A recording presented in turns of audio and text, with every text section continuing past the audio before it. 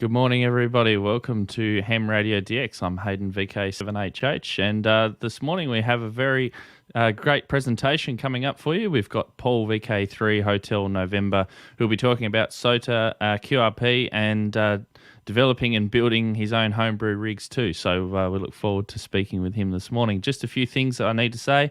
Thank you, everybody, for watching. If you do enjoy this video, please give it a thumbs up.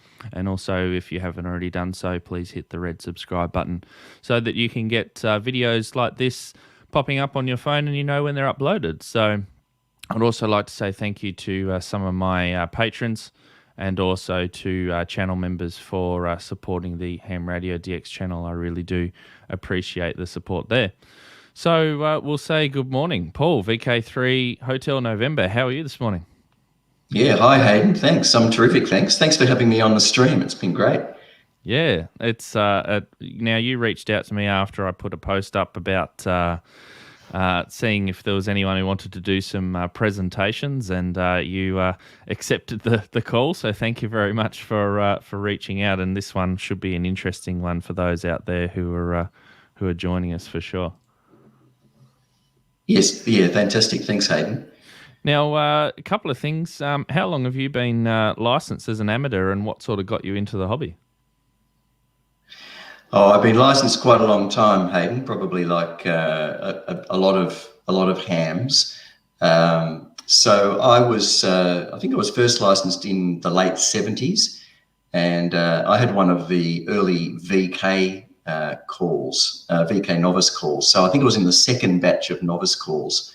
So I was VK3NCL. So that's going back a long way. And I really got hooked. I got hooked on it very strongly from those early days, and building and working HF with my FT200 and playing with antennas. Of course, this was at the time of the, was it cycle 23? There was a fantastic cycle, solar cycle, that peaked around 79 or 1980. So, sometimes you'll hear guys talk about how magnificent HF band conditions were back in that time. So I was pretty lucky because I came on the air on, 10 meters sideband with 10 watts and was able to work the US just basically on a wet piece of string. So I've never forgotten those conditions, and maybe that was significant in, really getting me hooked on the hobby. So like a lot of people, life got in the way, and I was inactive for periods, and I've come back to it in the last 5 years and resumed building and doing portable and SOTA work. So it's been a wonderful hobby for me. It really has.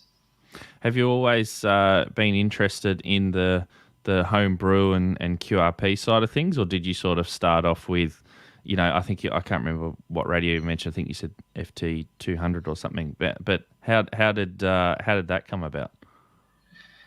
I was a builder from day one, really. So long before I was licensed. I think back in those days, the only way that you had of getting equipment for a schoolboy, unless you had a sort of a cashed up dad or someone in the family who could pass on an old FT200 or something of the sort, the only way to really get on was to build your own gear. And I think a lot of my contemporaries were building our own gear. But actually, the homebrew thing goes back even earlier than that. I can remember as quite a young boy using a soldering iron on Mum's gas stove in the kitchen. One of those big copper soldering irons that sits on the gas stove, and then you rest it there, heat it up, and then transfer it over to your little job.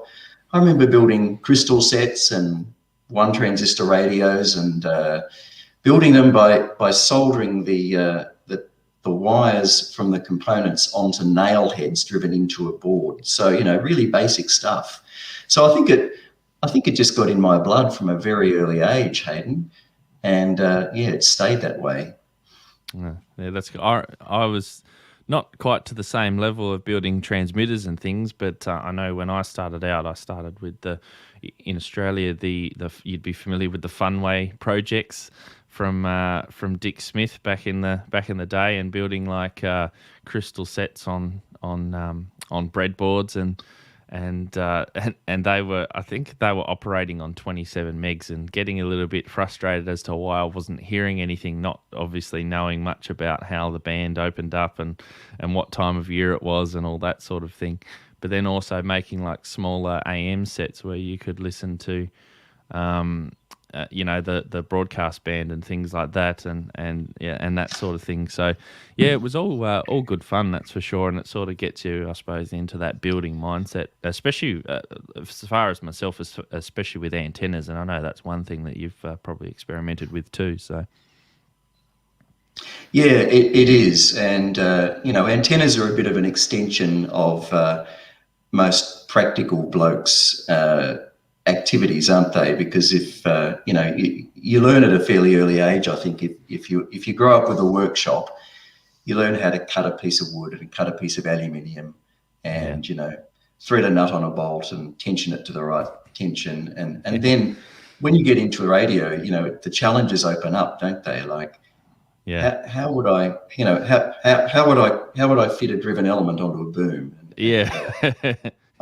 I remember one of my great achievements back in those late 70s, early 80s was that I built a 2-element quad, and I remember puzzling for hours and hours, days and days, on how I was going to, build that those cross member sections for the spreaders for the quad, and how I was going to anchor them onto a boom, which I eventually did with square section aluminium. So there are terrific mechanical challenges as well as electrical and RF challenges in antenna building. Oh yeah, for sure.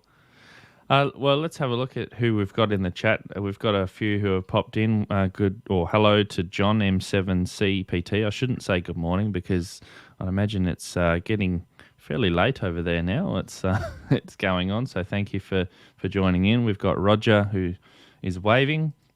Phil KF6IF. Good afternoon to you.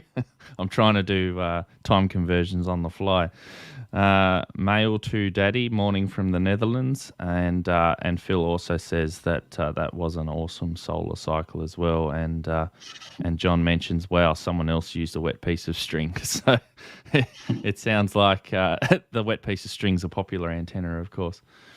And we've also got Peter VK3HN. Hi, Paul. Enjoyed your HW8 videos. So that's one thing that we need to mention as well, is that you've got a YouTube channel which you upload on a sort of semi-regular basis. You've got quite a few videos of your operations on there. So have a chat about what your channel's about.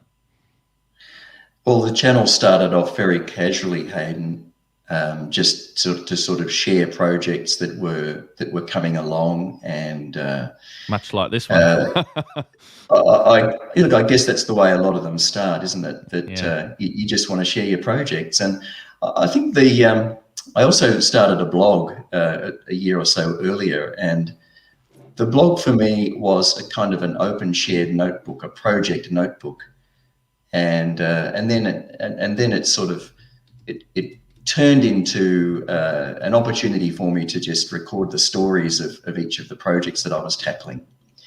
Mind you, I tackled quite a few projects that never got finished, so they didn't end up on the pages of that blog, but we all have boxes of projects that never got finished or never quite worked all that well. But then I made 1 or 2 videos of some early modules, VFOs, SI5351, Arduino modules, that sort of thing. And I got such interest that I thought, oh, this is a better way to communicate and to share what you're doing. So then I kind of converted my my blog posts into just kind of complimentary stories to go with what the video was showing. So the top of the blog post would be the YouTube video link, and then the rest of the blog post was just sort of additional story. But video is king, really, Hayden. I mean, it's just the perfect way to to share what you're doing and to share parts of your story. So Yeah. It's over time I've sort of structured videos a little bit more, and I've still got a lot to learn. It's terribly time consuming, Hayden. It takes an awful lot of time to make a video. Yes, it does. It does. And I've just posted your channel and also a link to your blog in the chat. I'll pop it in. I neglected to put it in the description before this, but in the replay of the video, I'll put it down in the description below for those that are interested and can go there. But yeah, you're right. It is all time consuming, but I think that the more ham radio content we have out there, the more people can learn and enjoy from the hobby. That's for sure. So today we're learning from you about SOTA and QRP. So what attracted you to SOTA, and why do you do that? Well, I guess SOTA for me brings a few things together that I really love. It brings outdoor activity, getting out into the Australian bush, together with exercise, which is something that we all need and we all generally love to do, exercise of our choice, and radio. So, three things that I love doing come together in a SOTA outing. I guess bushwalking and, the sort of low-level mountaineering is something that I really wanted to get back into. I did a bit of bushwalking when I was at school and when I was at university, but then a long period of inactivity followed. And so I just had this, I guess, you're not there yet, Hayden, but when you get to middle age, you sort of start to realize that you are in fact mortal, and that you're not going to be able to put things off that you want to get back to doing forever.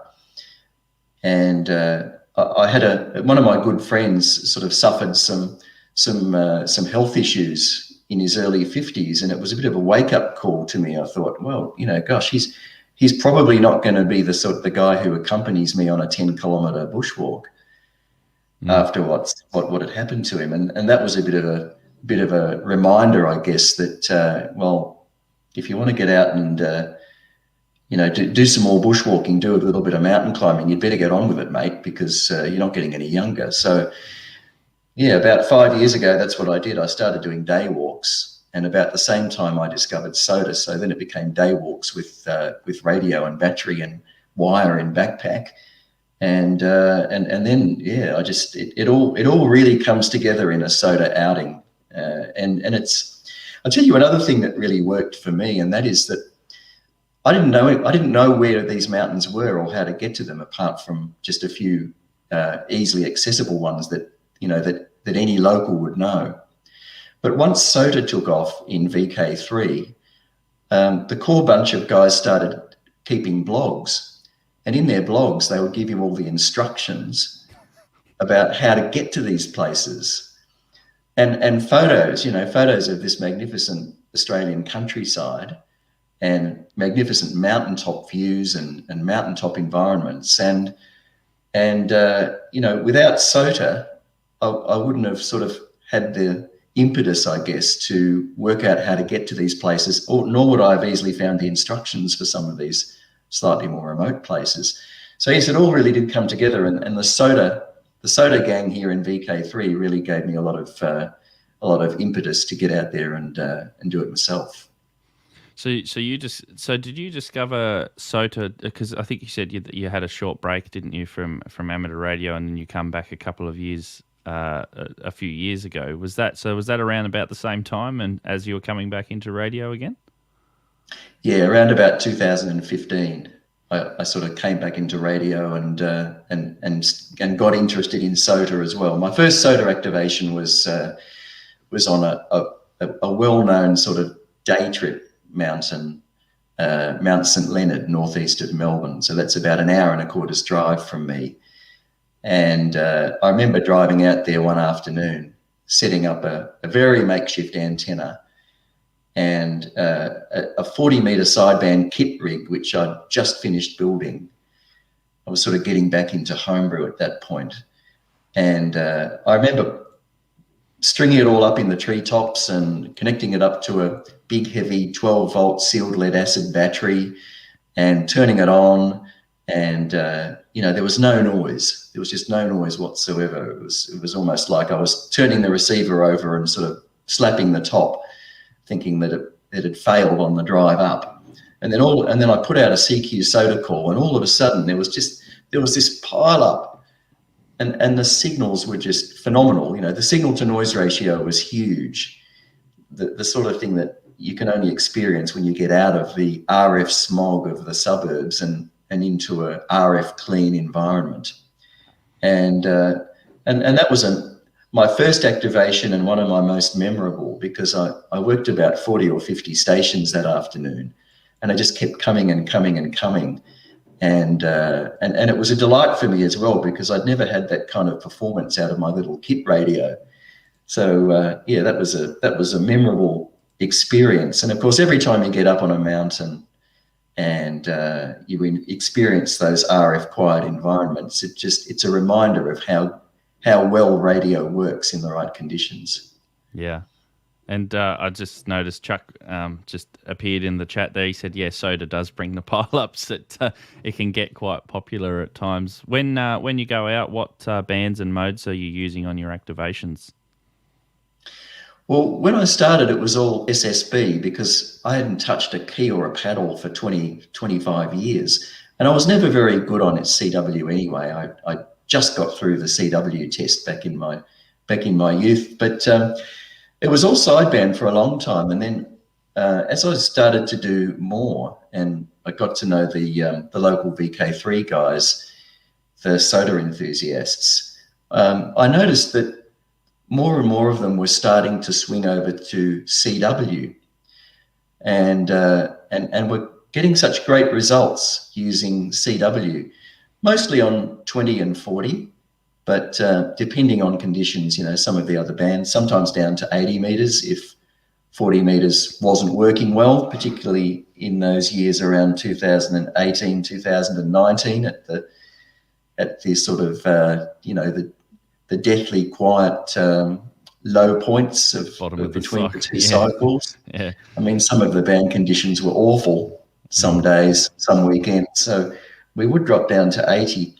So that was the impetus for me to start listening to CW again. And bit by bit, it does come back. It is a bit of work. It doesn't come naturally to me. But over the last couple of years, I've swung over to using CW. Now, one of the things I found out about CW is, and for anyone who might be considering going back to CW or going to CW for SOTA, you don't have to send and keep up at 25 words a minute. You can start off slow, and the chasers will understand, and they'll slow down to your speed. So that's one thing to consider. But the other thing, of course, is that a SOTA CW exchange, it's pretty simple. It's just their call sign, your call sign, signal reports 7-3, move on. Yeah. Yeah. So, and of course, the other thing, being in a location that we're in, Hayden, in Southeast Australia, I think it's probably a slightly different situation to what I see on some of the SOTA guys' videos in America or in Europe. And that is that they get inundated by CW chasers. Whereas here, I probably know most of the CW chasers. So when their call signs come at me, it's not a total surprise. In fact, sometimes I can even recognize who's calling before they've even announced their call sign, just by the sound of the You can identify the key, yeah. Yeah. So it's mostly 40 meters and 20 meters CW. And the other thing that I would say about using CW is that there's a very keen group of SOTA operators now in New Zealand, and that group has grown quite significantly over the last couple of years. So what I've been noticing in recent activations is that if I spot for 20 meters CW, usually I'll pick up 2 or 3 of the ZL chasers, and they're pretty reliable in terms of being there and in terms of their signals. So it'll often be 539, 559. If it's a bit later in the afternoon on 20 meters, they can get up to a strength 7. Then go down to 40 meters and pick up the VKs. And so often I can log 10 or 15 CW chases, which makes for a very comfortable activation.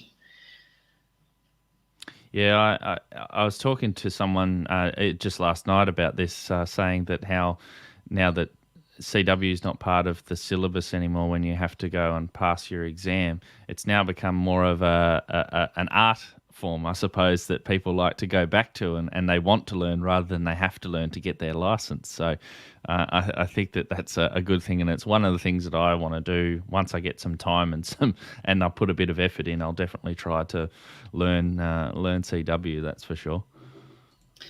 Yeah, that's right. I think that's true. I think the people who are on CW now really, really do like it, and some of them really do love it. And I've transitioned into that group who like it, I guess. But I'm really not very competent at it still. And if I was to call CQ on 40 meters, in an hour's time, I might struggle if someone comes back to me in a rag chew situation and wants to tell me all about their station at 15 words a minute. Yeah. But I would emphasise that there's plenty of chasers on sideband, so don't feel that if you go up onto a mountain and activate for the first time that you're not going to get any sideband chasers. The opposite is true.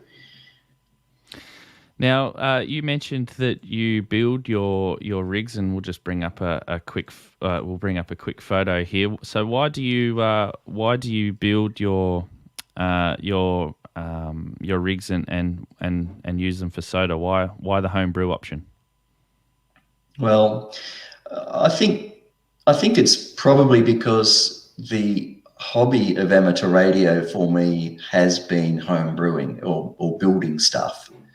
And as I explained, Hayden, it's been like that since I was a boy. So for me, SOTA gave my home brewing activity a strong focus.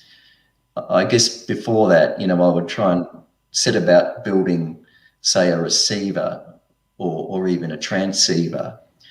And those are big projects, they're not to be taken lightly. And I'd sort of make all of the design decisions, or I'd be copying a series of articles, or perhaps copying a design that was a proven design that others had built.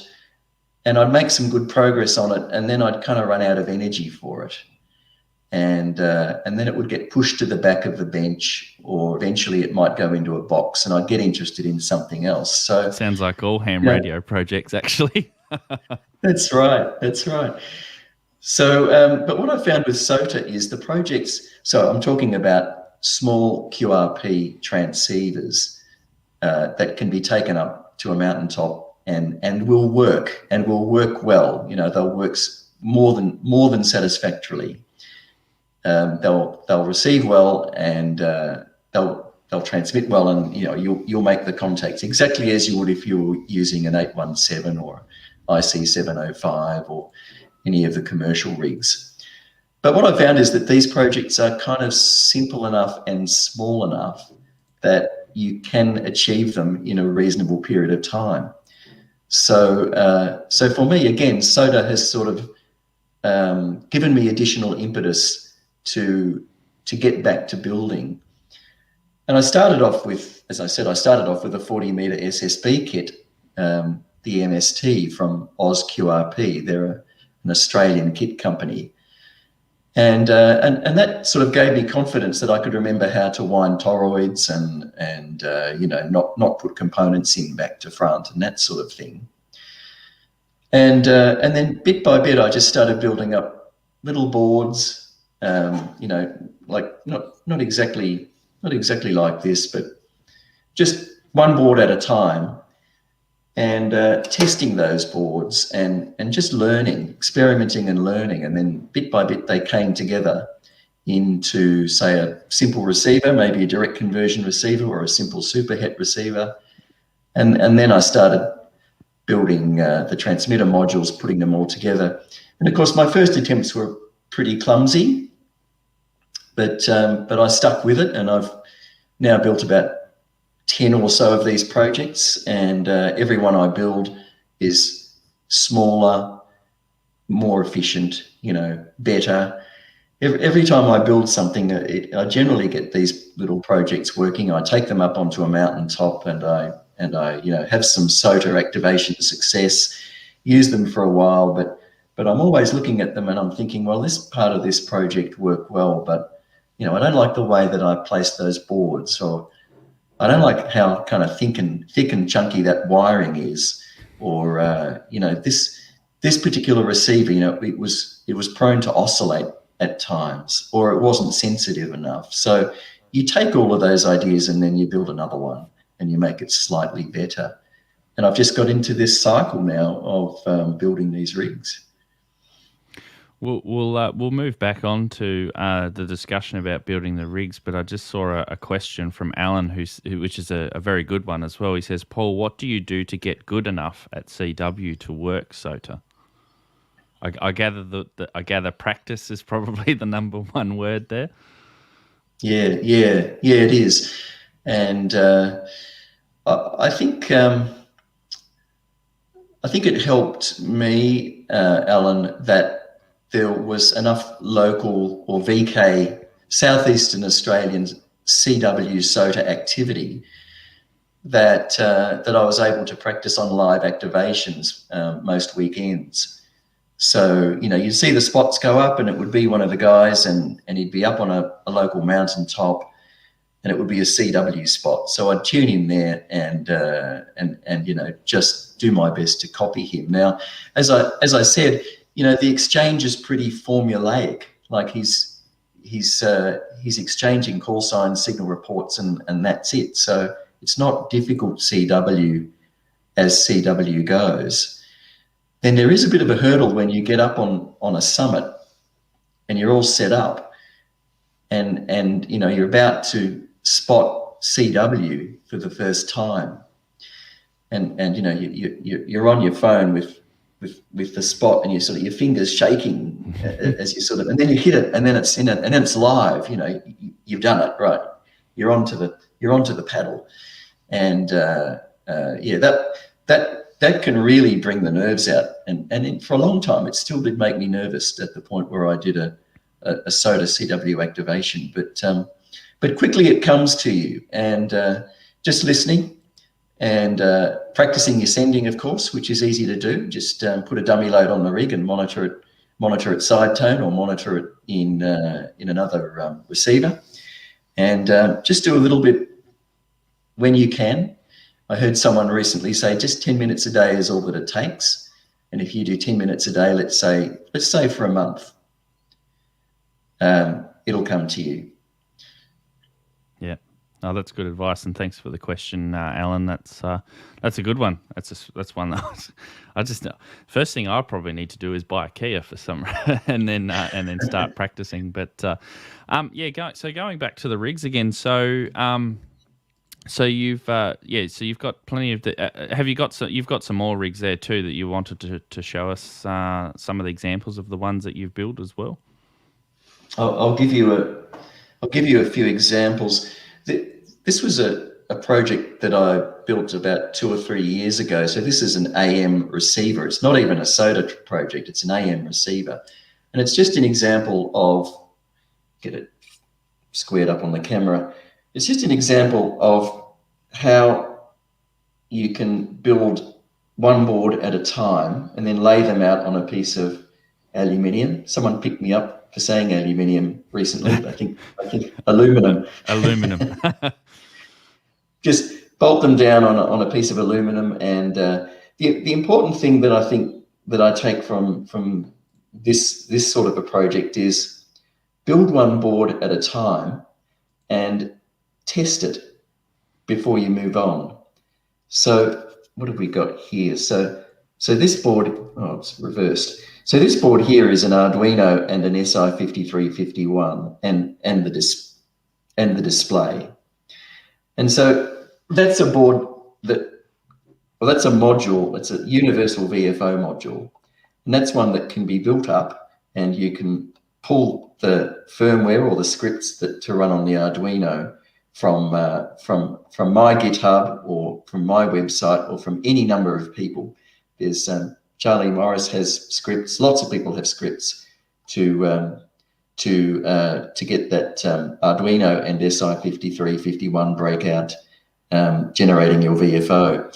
Then this board across here is the receiver, and that's a conventional superhet receiver. Again, it's a mixer and a couple of IF cans and IF stages and a detector, and that can be built up, and each of those stages can be tested, and then the rest of it is just filters. So these are 8 bandpass filters.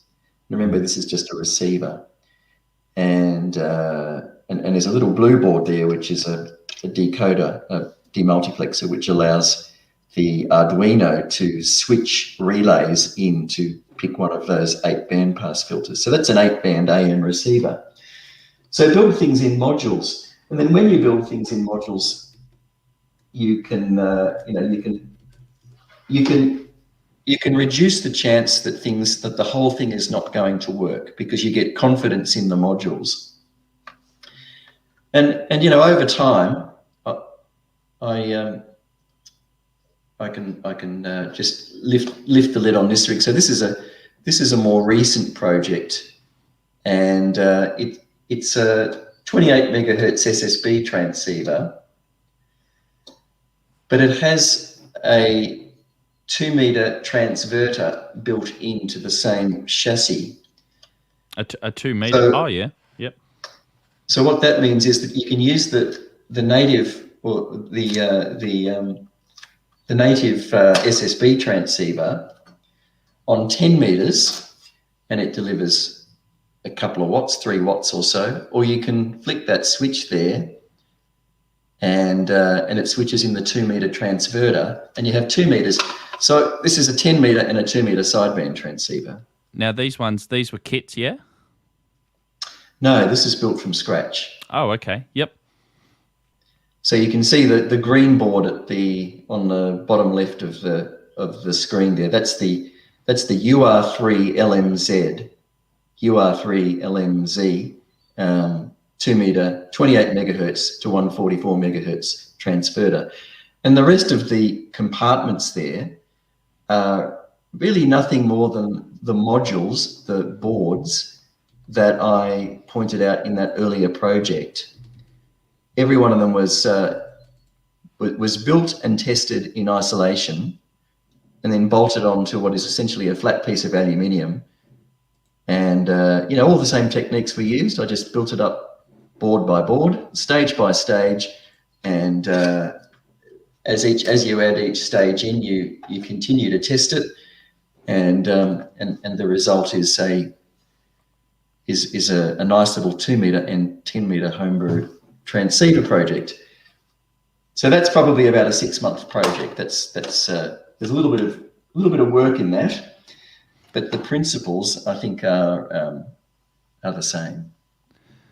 We've got a couple of comments. Alan from before talking about CW says, thanks, I'm in VK3, looking forward to getting on CW soon. So that's great, and I'm sure Paul would be glad to work you on a SOTA activation. And we've got Don N5SKT says, my transverters use 28 megs to 220, 440 and 2 meters. So that's quite neat in that little box, and I guess nice and lightweight for your portable operations as well. I got a bit confused there because it had a look like an official model number written on the front. Is that one of your model numbers? Is it? Yes, it is. I came up with the name Summit Prowler. Oh. There's a story about Summit Prowler actually. I have a teenage son, and so there's Summit Prowler 9. That's number 9 in the series. Yep. He was playing a strategic card game called Magic the Gathering. He and his mates had a massive big fad on it a year or two back at school. So it's a kind of a Dungeons and Dragons style card game with all of these kind of fantasy characters on each of the cards that you can collect. Anyway, one of the cards features a kind of a fantastic image of a Yeti sort of bouncing around a mountaintop, and the name of this character is Summit Prowler. And I looked at that card and I thought, oh, that's what I do. I'm a summit prowler. Yep. You know, you get up onto a summit and you sort of you're prowling around looking for the right spot to operate from and the spot to hang your antenna from, and, you know, all that sort of thing. Get a bit of shelter from the sun, whatever it is. And when you finished your prowling, you find your spot and you set up and you get on the radio. So then when I started making videos, I thought, oh, I'm going to call these rigs Summit Prowlers. So they became Summit Prowlers. So there's, in the picture there's SP9, and that's a 5-band SSB and CW transceiver, which I don't have next to me now, but made in that long format because it allows me to sort of slot it into the backpack nice and easily. So with these rigs that you've put together, how do you go about building these? So, like, what's I guess you've mentioned about how they're sectionized, and you can see that in the photo as well. Do you just sort of go about designing each section and then you sort of merge them together and then sort of lay them out, or what's your thought process from sort of conceptualizing the idea through to actually finishing it off? Yeah, that's right. And conceptualizing the idea is a key part of it, Hayden. What I try and do is I try and come up with a concept, and by concept what I mean is what would I like this rig to be, and how would I like it to turn out? You know, how do I want to use this rig? Actually, one of the concepts that I picked up on was the Elecraft KX2. When I first saw a KX2, I was up at Mount Hotham with some VK fellow SOTA enthusiasts, and it was the first time I'd seen a KX2. And I borrowed it, and I was able to hold it in my hand with that Elecraft center-loaded whip antenna that screws onto the top, and a counterpoise that just trails down behind you. And just standing there on a mountain and getting these magnificent crystal clear voices coming at me from all around the southern states of Australia and then from across in New Zealand on 20 meters. And so based upon that experience, I have this here somewhere, I thought, well, I'm gonna try and build a rig that is a little bit like that. And so I came up with this rig, which really looks nothing at all like a KX2, but it's styled like a walkie-talkie. And so my concept here was that I wanted to be able to hand hold this and operate it with as kind of little fuss as I possibly could. So it does have the conventional controls on the front panel, but I also brought out the keyer controls, so dot and dash on push buttons on the side. Oh, yes. And so my idea here is that I could operate CW or phone sideband through the little microphone hole there, you know, while sort of standing on the hilltop. And I managed to do that in a manner of, you know, in a kind of a fashion. But that was the concept for that rig, which does 20 and 40 meters, 5 watts SSB and CW. And then because you get a concept in mind, that helps that applies some constraints. And once you've got some constraints, you know, it needs to be this size, needs to cover these bands, needs to cover these modes. It's going to have about this amount of RF power output, and I want to make sure that I can run it off, you know, this size battery. You can, yeah. Yeah. And then that constrains you into your design choices. And then I don't actually design, Hayden. I'm not an RF engineer or an engineer of any kind. I'm in IT, but I really have just learnt to copy other people's designs, circuits, parts of schematics, And so the next thing is just make up, something like this. Block diagram or something, or a schematic. Yeah, just you can sort of see the blocks there. I've sort of highlighted. Bring this back a bit. I've highlighted the blocks a little bit in the way that I've drawn this project out on an A3 sheet. But often I'll just choose circuit fragments from various sources, from books, from online, steal them from some of the commercial rigs that have been open sourced. Some of them I've stolen from Hans Summers from QRP Labs, others from KD1JVs, mountain topper radios. Those schematics are all open and on the web. So I really don't design. I really just steal, and then do you make find sure that I put them together.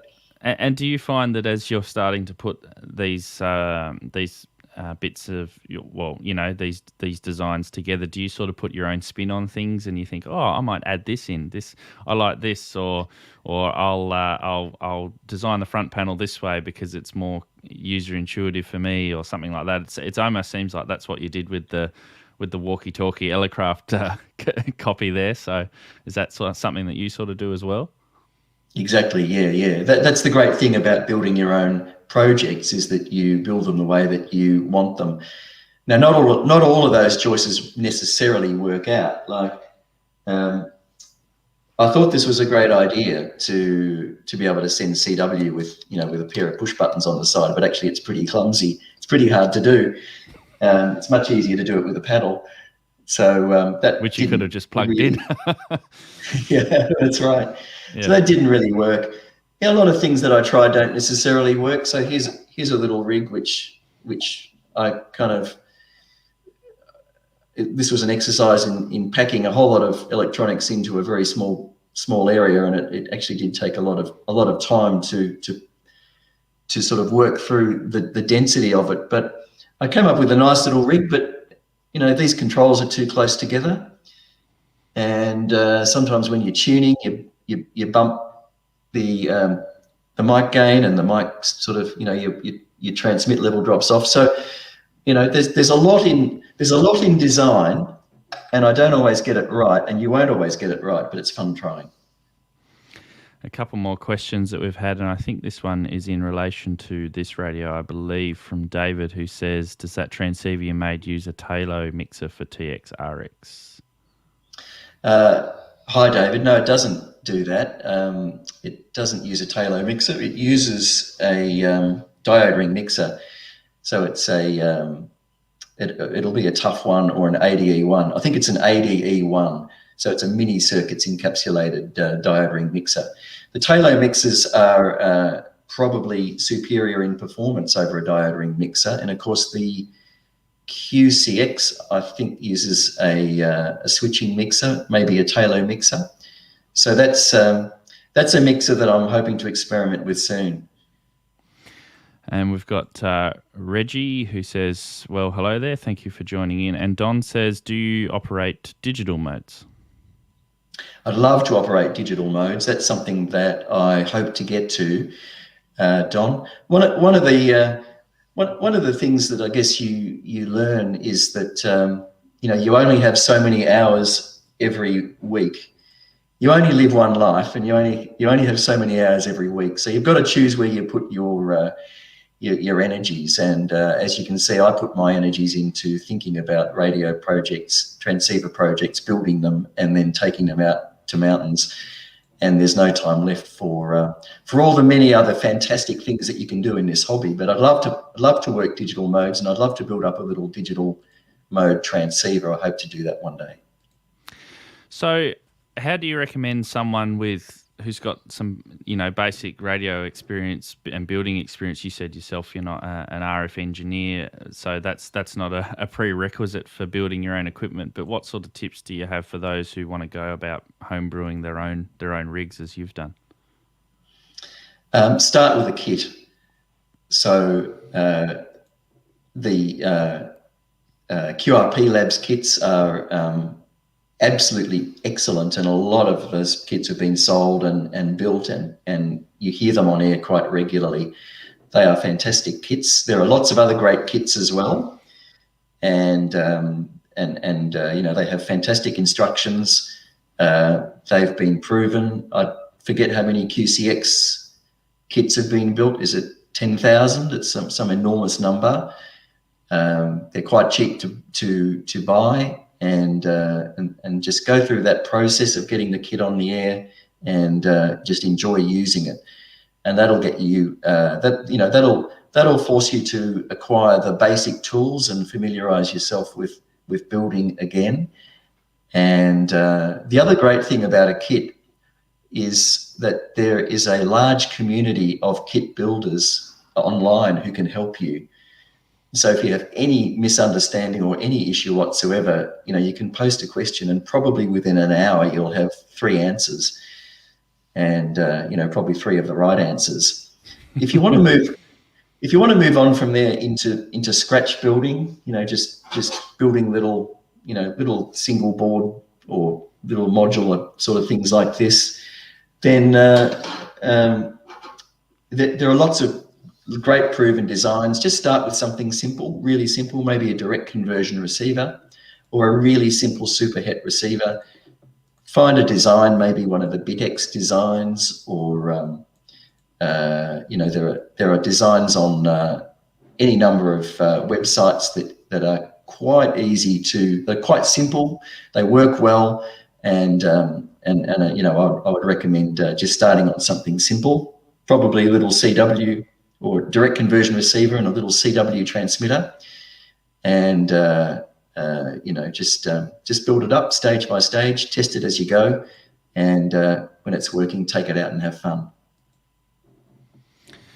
That's and I suppose building with kits as well, you get to learn and educate yourself on the different stages of a receiver or a transmitter as you go through and build it too. So I guess then you can take those skills that you learn from that and then apply it into your own building projects and from there on. So I guess that's a good place for people to start. Is there apart from that, is there any other kits that you can think of that people can use? I think I know a lot of people I think is it QRP Labs as well. That's another one that they do more of sort of the digital side and things like that as well.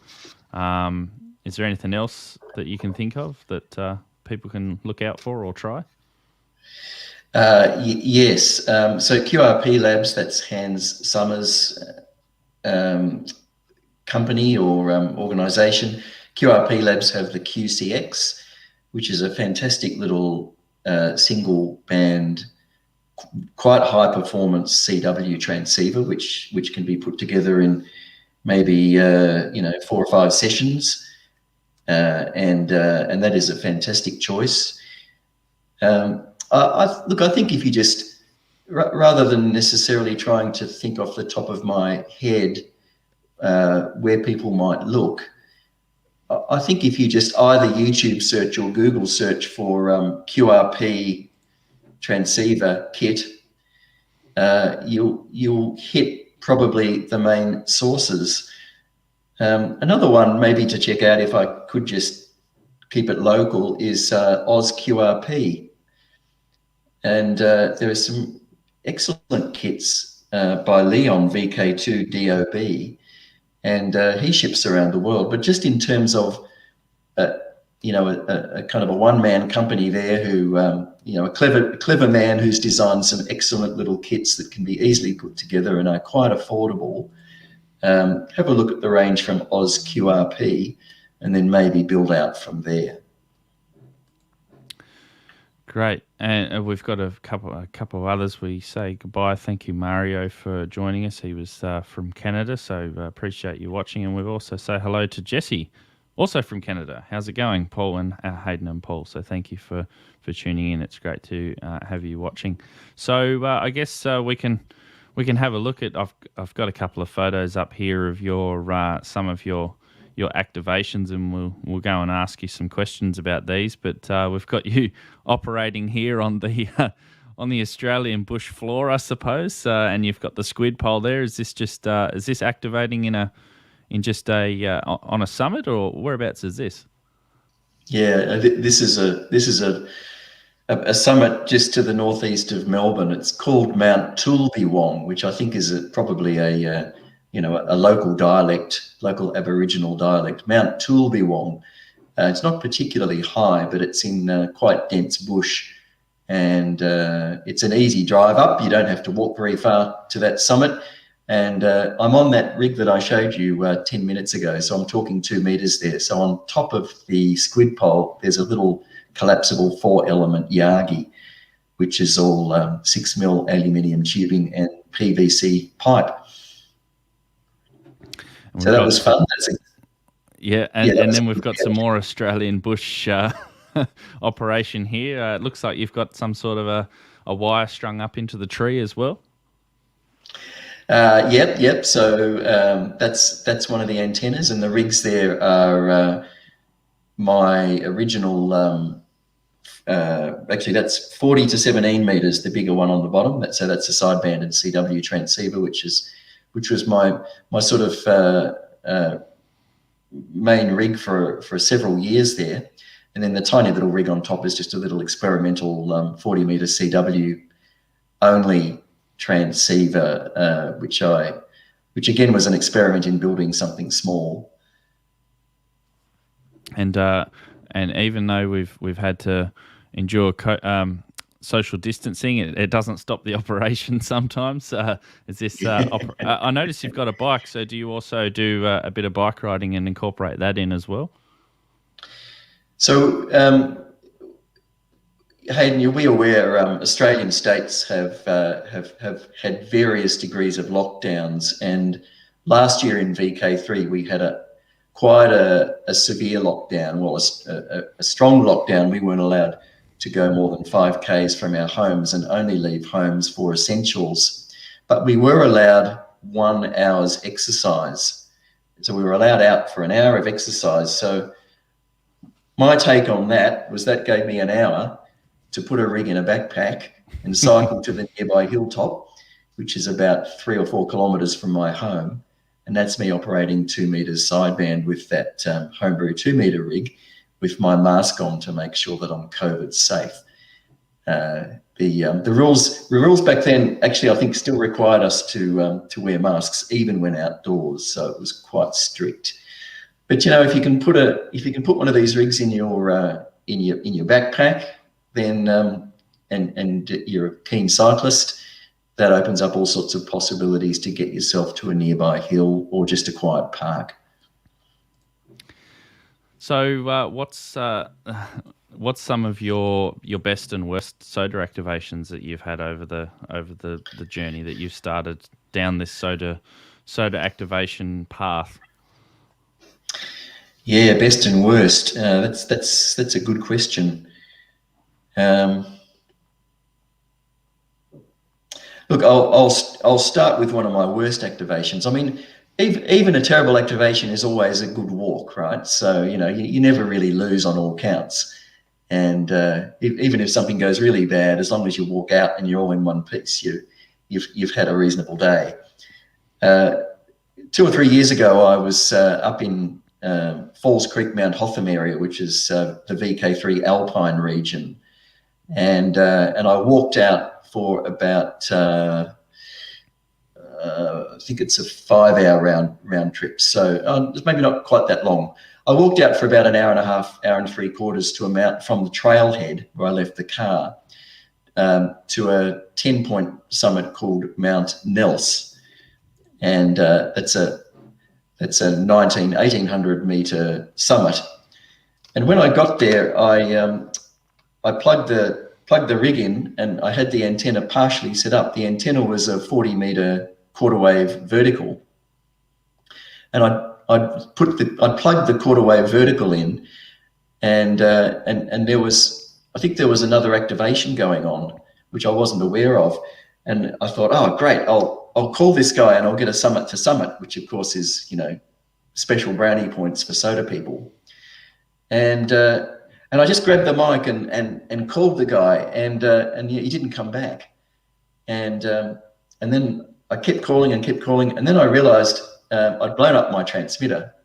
I'd blown up the PA because I hadn't rolled out the radials, so I was transmitting into a 40-metre driven element with no radials. So heaven knows what the SWR was, but I'd blown up the PA transistor. Now, this wouldn't happen in a commercial rig, Hayden, because commercial rigs have SWR protection. But when you homebrew, you don't have any of those niceties, right? So you do have to be just a little bit more careful sometimes. There's no inbuilt tuner, there's no overload protection. So I abandoned that mountain top, and I walked for an hour and 3/4 back to the car with no contacts, no points, and I had a long walk and a long think about what must have gone wrong. And by the time I got back to the car, I realised what I'd done. Yeah. So that was, that was when it doesn't work. But there are many memorable activations, and there's in the same region, there's Victoria's second highest mountain is Mount Feathertop, and it's very picturesque. It's a beautifully shaped mountain ridge, alpine ridge, and you walk 11 kilometres from the car park along a very exposed 1,700 metre high mountain ridge, which literally just drops off either side down into deep valleys. So the track is called the Razorback Trail because it's like walking along a razor's edge, and then you get to the saddle near the summit, and then it's a final ascent up to the summit, and you really do feel like you're on top of the world up there. It's quite a magnificent summit and in magnificent alpine country, and then to string an antenna up there, there are no trees, of course. You're well above the snow line, so you have to work out a way of supporting the squid pole vertically. But that activation, I've done that twice, is one of the most memorable, just because of where you are.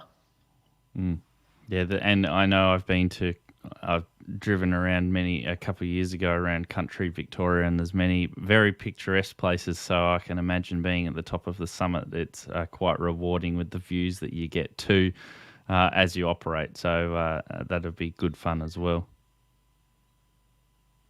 As there is in VK7, Hayden, that's right. Yeah, unfortunately, a lot of our mountains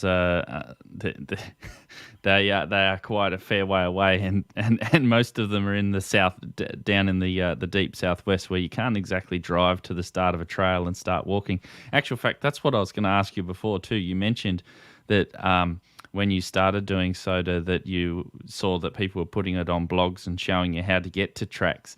We have something similar down here, and it's not amateurs, but it's bushwalkers.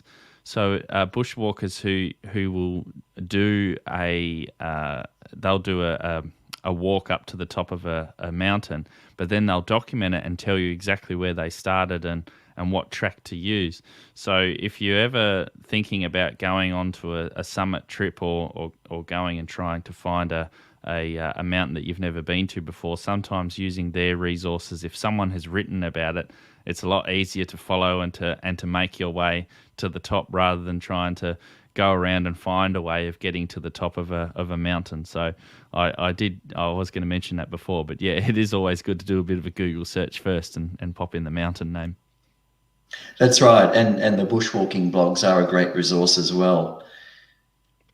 So what antennas do you use when you're operating portable? We did have a question from Dennis who says, do you recommend the end-fed half-wave antenna by QRP guys? So yeah, what sort of antennas do you run up on the summit?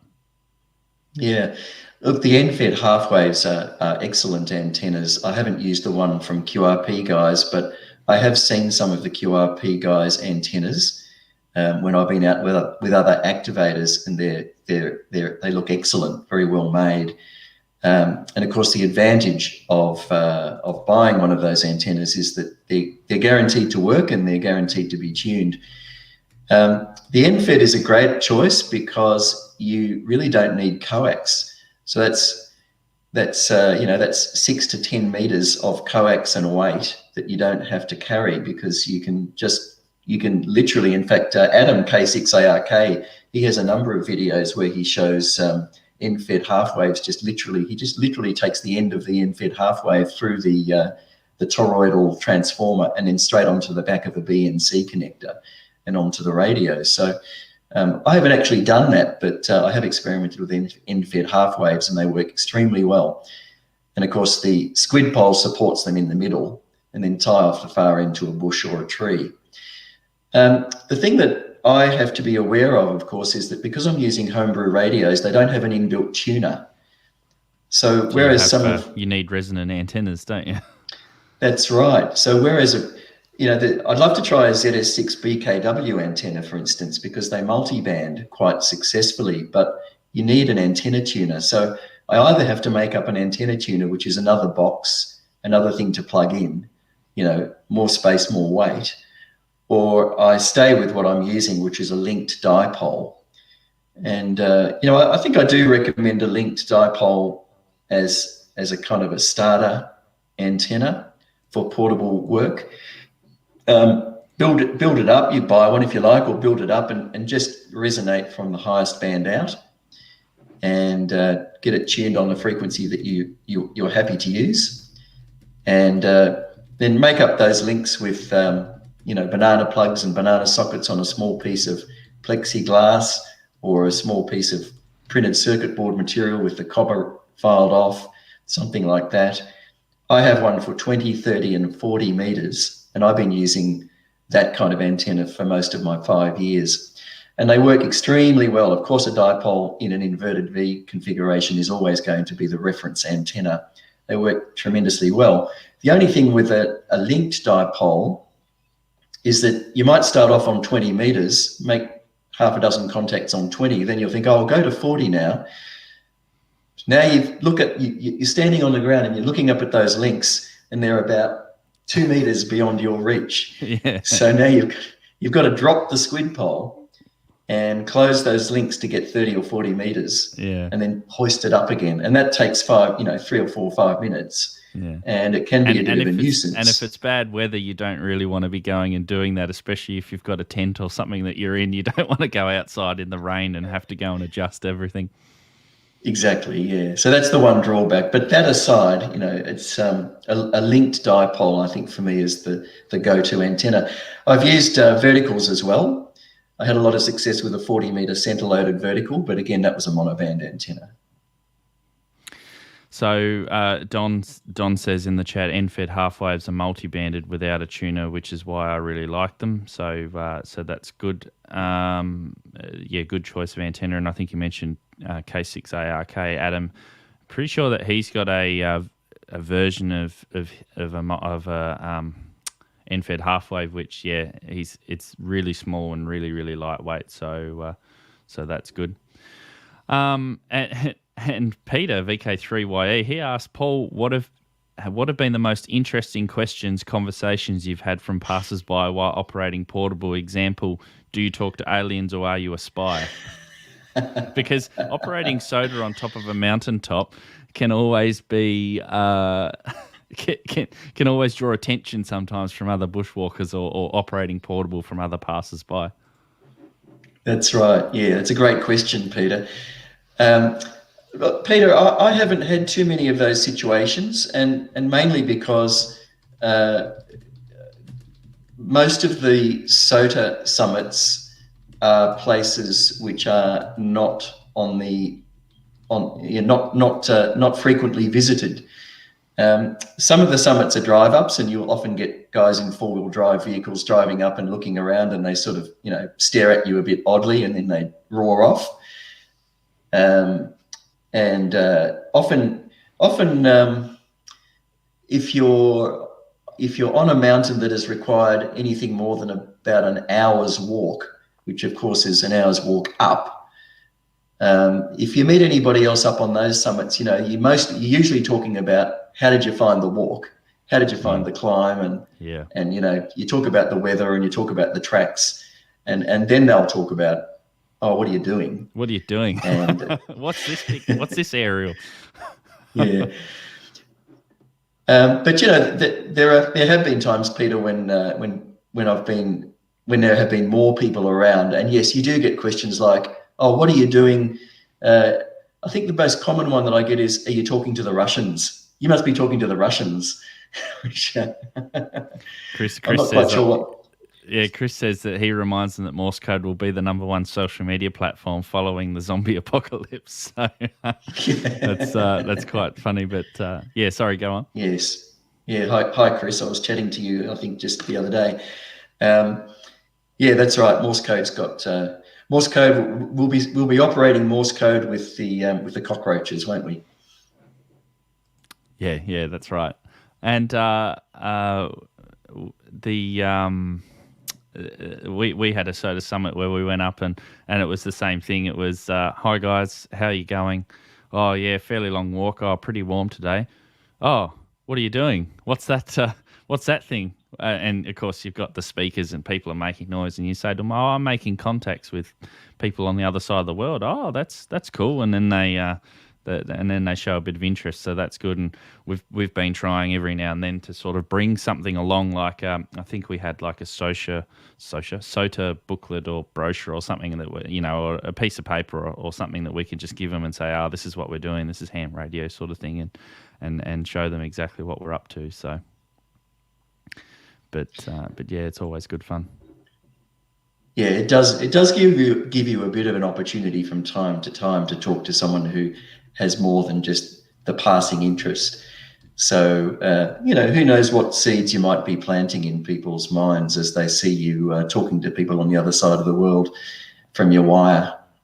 Yeah. Yeah, Don says you can talk with the Russians, but what is wrong with that? So it's always good to talk with our Russian friends over there. And Chris says ham radio, it attracts all the girls. I'm not quite sure, Chris, about that, but the jury's still out on that one, that's for sure. So just as we wrap up, because we do have ham radio crash course, who he's actually delayed. It looks like going live. He usually goes live about 10 minutes ago, but he's been delayed, so he won't be on for a little bit. So I think we've got a couple of viewers that have come over from his channel to hear. So we've got a little bit to go. So one of the other things I wanted to ask Paul was what's so great about QRP? So why do you choose QRP over operating higher power and stuff like? What's the advantage and the what's the enjoyment with QRP? QRP is interesting for a few reasons. I think it's worth saying, there's no point in being religious about QRP. It's not some crazy sect.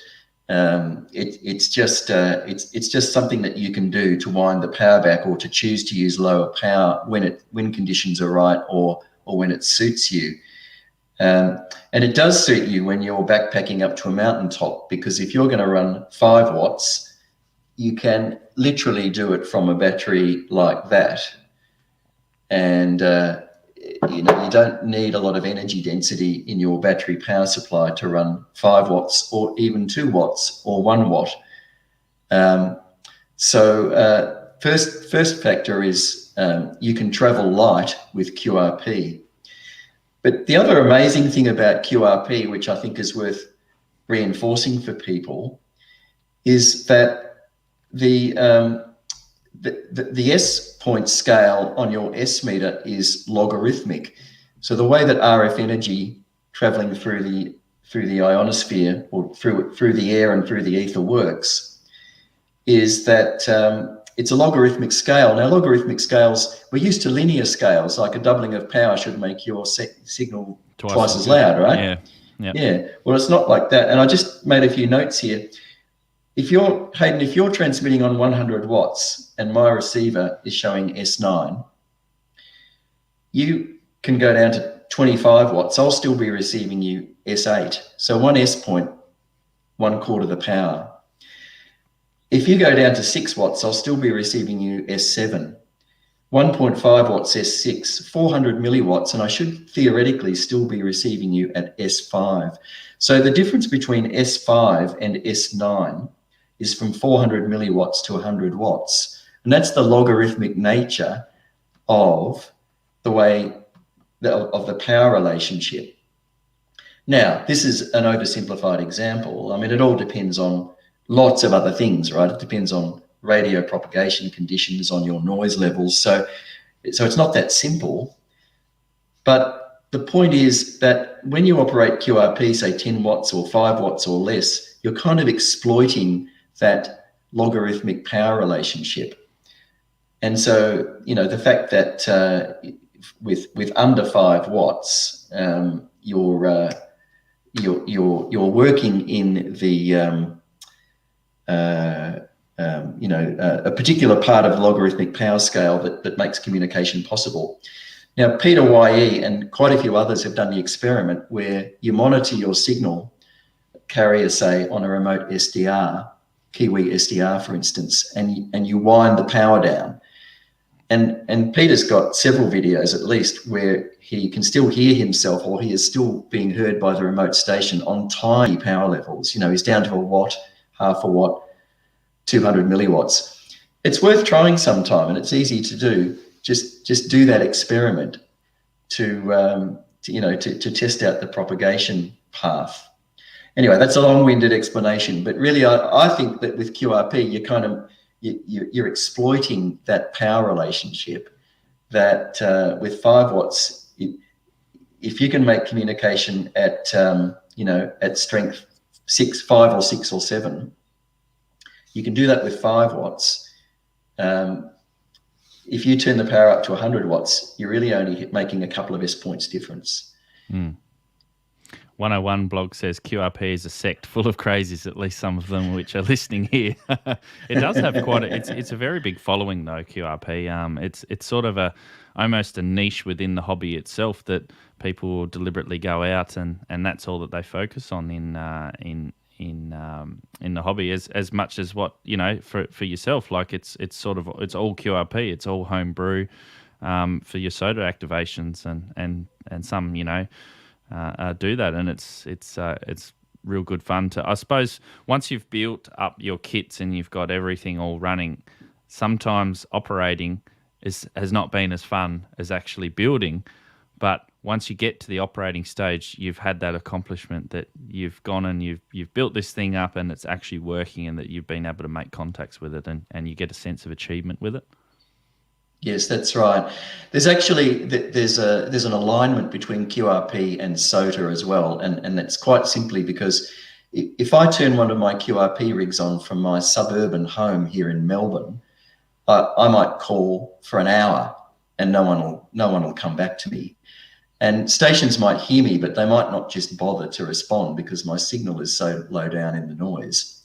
But if I put that QRP rig into a backpack and get up on top of a local SOTA peak, then I go on my phone app and I spot the fact that I'm on, you know, summit such and such. All of a sudden, 25 guys around southeastern Australia and New Zealand go straight over to their radios, tune to my frequency and put their headphones on, and they strain to hear me. So QRP is no disadvantage when you've got everybody coming to you under a SOTA activation condition. So that's another reason why SOTA and QRP go together so well. Well, Chris says QRP is all location. So, and usually when you're on top of a mountain, it's usually a nice quiet noise floor, and that's what Don says. I think QRP is a challenge on the far side. Your receiver works just as well as the big guys, especially in an S0 noise. Dennis says that I would say the good thing about QRP is that in comparison, quite cheap, good for beginners, those who don't have deep pockets, and it's satisfying to get the contacts with low power. So, it's I suppose it is a good thing for those who are interested in that and want to get sort of started without spending an awful lot. And so I guess we're sort of getting towards the end now. What are you planning on your next homebrew and SOTA outings? What have you got anything that you're going to be building, or you've got any special activations coming up?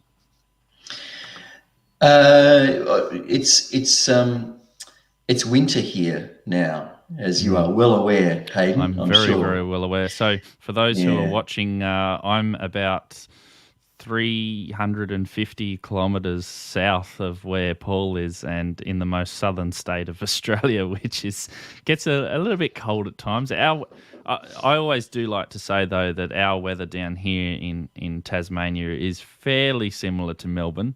Melbourne gets a little bit warmer, I think, but there are similarities there. But yeah, well aware that it's winter. Yeah, we are, and we've just had a cold couple of days, cold for us. So that sort of limits the appeal of going out and spending a long day in the hills, in the mountains. But that said, there